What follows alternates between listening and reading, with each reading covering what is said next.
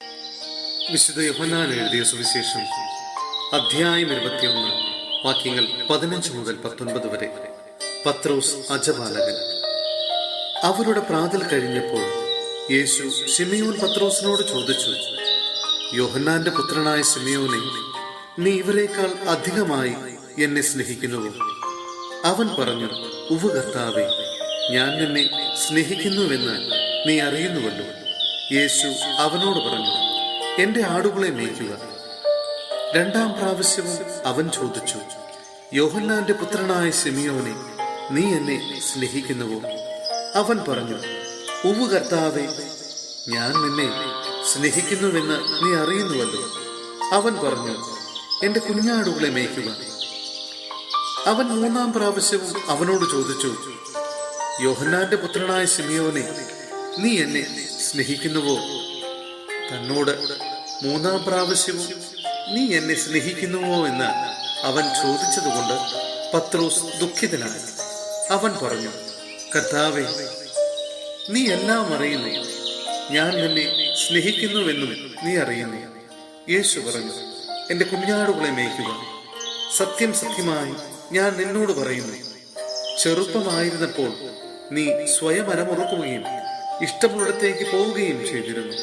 എന്നാൽ പ്രായമാകുമ്പോൾ നീ നിന്റെ കൈകൾ നീട്ടുകയും മറ്റൊരുവൻ നിന്റെ അരമുറുക്കുകയും നീ ആഗ്രഹിക്കാത്തിടത്തേക്ക് നിന്നെ കൊണ്ടുപോവുകയും ചെയ്യും. ഇത് അവൻ പറഞ്ഞത് ഏതു വിധത്തിലുള്ള മരണത്താൽ പത്രോസ് ദൈവത്തെ മഹത്വപ്പെടുത്തും എന്ന് സൂചിപ്പിക്കാനാണ്. അതിനുശേഷം യേശു അവനോട്, എന്നെ അനുഗമിക്കുക എന്ന് പറഞ്ഞു.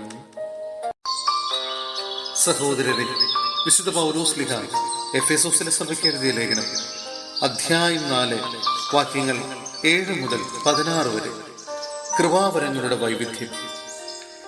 ഓരോരുത്തർക്കും ക്രിസ്തുവിന്റെ ദാനത്തിനനുസൃതമായി കൃപ നൽകപ്പെട്ടിരിക്കുന്നു. അതിനാൽ ഇപ്രകാരം പറഞ്ഞിരിക്കുന്നു, അവൻ ഉന്നതങ്ങളിലേക്ക് ആരോഹണം ചെയ്തപ്പോൾ അസംഖ്യം തടവുകാരെ കൂടെ കൊണ്ടുപോയി.